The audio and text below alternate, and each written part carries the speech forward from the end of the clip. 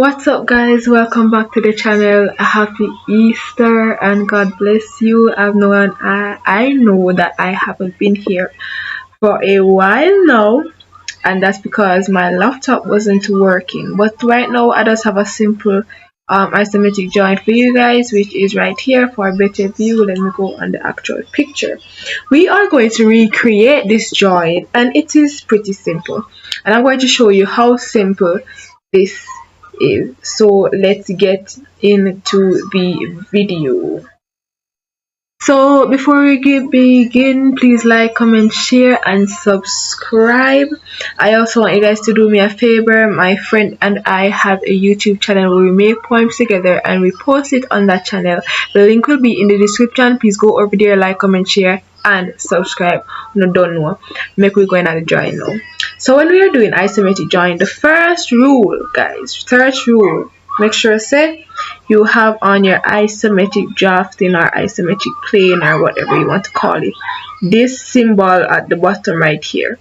And you will also notice that there are different isoplane left, isoplane top, isoplane right. So sometimes you need to change direction. You will just go here and change them. So let us begin. So the first part I'm going to draw is the part over here. It's always easier to draw the foundation, which is this bottom part here. Yeah, that's what you call the foundation. So but it's better to start from the simplest part, which is this part right here. Alright, so let's begin. So this part is 30. So let's have a line that is going 30 and enter. We have this part right here, and then we're going to go ahead and we're going to draw this line right here, and that is going to be 20 plus 30, which is 50. And as you see, it's not going in the direction that I want, so I'm just going to go down here and try isoplane top and see if it goes in the direction, and it did. So 50, enter, and we're coming out again to 10, which is this right here, this little tiny part right here, which is 10, enter, and we have that part. So now we're just going to continue with this right here, this little part right here. We're going to continue with this part, which is 30. So 30, enter. So now we have most of the foundation part, but now what we want is this little vertical line right here, and it's 10. And as you can see, it's not going in a vertical way right now, so we're going to go down here again and we're going to change the isoplane to isoplane right, and we're going to go down 10. Amen. And as we go back here, we can see that we have our small vertical line right here. So now what we can do, we can go to the right to get our small 10 right here, and we can continue from there. So let's take it step by step. So going, and we're going to have 10, enter. So now we have the foundation. So basically what we need right now, what we're going to do right now is just put in these vertical lines. These vertical lines, this one, and this one. So let's go ahead and put in those. So this one over here is 30, right? So we're going to go up and we're going to go up to 30, enter, right?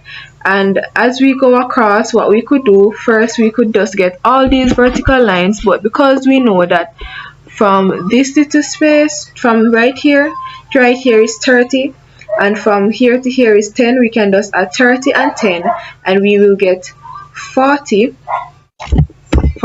and just as we get that, what did I do? Okay, hold on. Yes, 40, and enter, and it's going to be right where we need it. and we can just go right here, just like that. So what I just did, I just draw a line 40 because this space right here, this line plus this line, 30 and 10 is equal to 40, and I would make this line 40 just, and then afterwards I connected it with right here.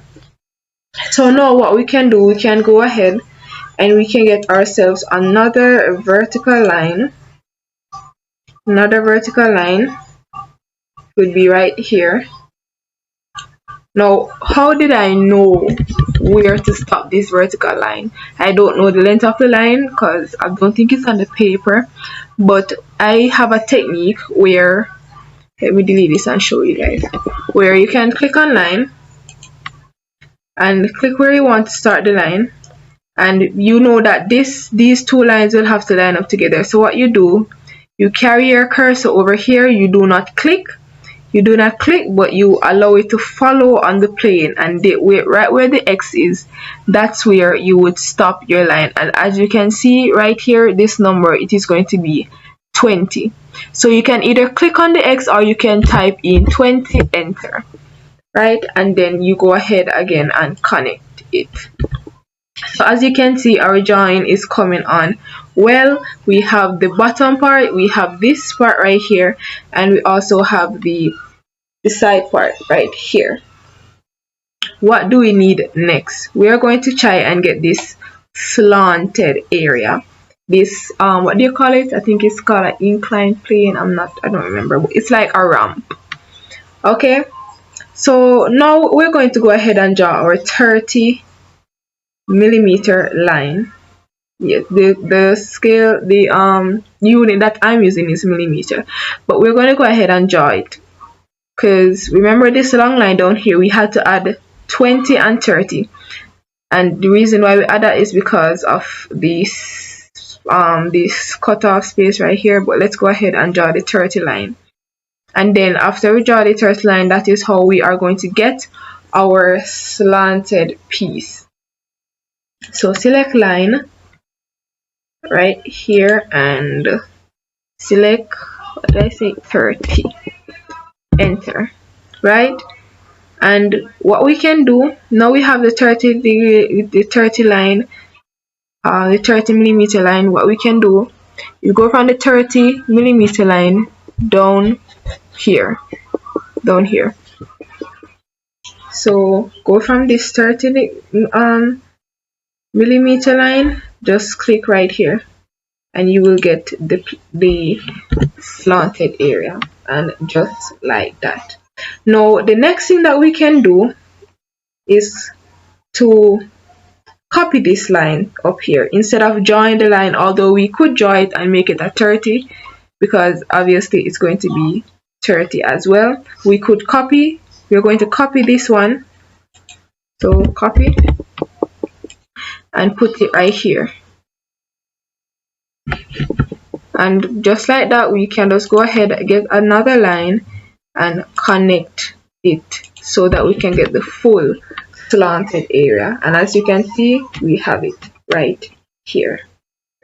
So we have most of our drawing left. All is left is this part up here, this cuboid, and the plan view,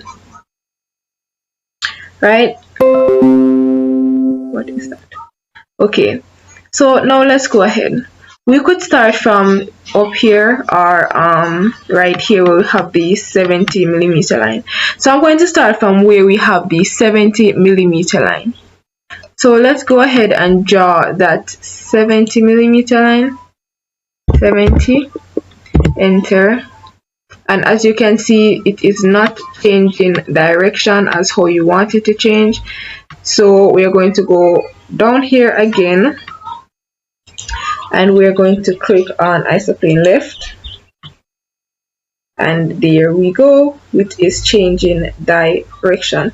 Now let's go back down here, let's zoom up on this area and see what we have. The length, we do not have the length for this tiny part over here, but what we do have is the length for the cuboid and the length for the right side, which is right here. So what we can do is start from the right side over here, and the length that we got is 10, so we can go over 10 there, and afterwards we would go up to 10 again, because the vertical part of the cuboid is 10, as it says right here. So going up to 10, and then we are going to go over again 15, so going over to 15 and going down again to 10. It doesn't show this part, but I'm going to do it so that you can understand what I am doing. Going down to 10, and that's where we can connect this right here. So we know that this part is going to be 15, so we connect that part. Right now, next what we need is the top part, just to finish up the cuboid. That's all you have to do. And the vertical part of the cuboid is 30. So let's select line, go over here, and you can see again it is not changing direction because we want it to go to the right. So we're going to select isoplane right, and as you can see it is going where we want it to go, and we're going to select 30, enter, going down 10, enter, going across back, and we can just connect it from here, right? And doing the same on the other side, 30, enter, going down 10, enter, going over here, and we can connect it from the top. Just finish off the cuboid, because you're supposed to know how a cuboid looks, and just finish it off. Now don't be confused right now, this is not how it looks on the drawing, but I'm just putting a full cuboid there so you can understand where we are going. Now we have the cuboid up here. We're going to look at the cuboid and see where in this cuboid they do not have any lines. So first, at the back part right here, we don't have the vertical line. So that's what we're going to do. We're going to delete this vertical line because we do not have it on the drawing. So we can go ahead and delete that. Next, you see a little space over here in the middle of the cuboid. We do not have the from the lines at the bottom, as you can see right here. So what we're going to do, we're going to go ahead, delete this, because it's not in the drawing, and what we can do right here is trim it. Going to trim that, right? Oh, I want to charge. Going to trim that, and last line that we don't have is the other one right over here, the vertical line. Here for vertical, the horizontal line, we don't have that one. So what we're going to do now is just delete this. Can we delete that? And as you can see, we have the top part. As I was saying, you have the top part now, but we cannot go ahead and celebrate as yet because there's a small part down here that we don't have. So we're going to get that part right now. So we're going to select line and go right here. As you can see, this is where it starts. If you go back to the drawing, this is where it starts, and we're going to go over and as I was showing you when I started this video, that if you don't know the length of a line but you know it's supposed to be somewhere specific, it's supposed to be at a specific line, what you can do is follow the line from a specific part or so, and right here you have the triangle, and just click it. And if that technique is too hard for you, what you can do, the easier way, is go online, do the same thing, go right here, click, and we can pass the line. I don't know how long you want to go across the line, but you just cross the line somewhere, and right there, click right there, and then what you can do is trim, take off the unnecessary line that you don't need, which is right here, and that's how we get our little area right there, and that is our isometric join. If you want to go ahead and label it like with the measurements, you can do that. Oh, this scale is too big, but you get the point. You can change the scale if you want to. And I'm going to go ahead and have some fun with this join. I'm going to go ahead and change the color. Which color should I use? I'm going to use color red, and I'm going to go ahead and hatch some part of it, or just one part, because I'm just showing you guys how to hatch. I thought I'll show you guys how to hatch in a previous video already, but I'm just going to go ahead and do this again so I can refresh your memory. So you can change the color of the hatch if you want, of the hatch pattern. You have different hatch pattern that you can use, and some hatch pattern are used for certain purposes. Like this pattern is used for the tiling when you're doing an elevation, or when you're doing a house elevation. You use this for the backsplash, or as I just said, the tiling. You can also change the color of your hatch. So I'm going to change this to, let's change it to a normal color, proper color, you know.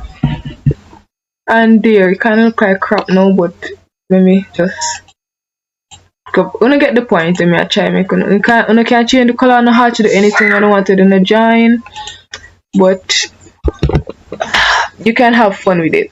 So please like, comment, share, and subscribe. As I say from the start of the video, I'm going to put the link in the description of my friend's channel, and I also have another friend channel near My Milk Music. In link in the description to you. The youth have some sick beats over there. When you go over there, like, comment, share, and subscribe. Tell me, see me, son, know the thing go. Alright, later. I love you.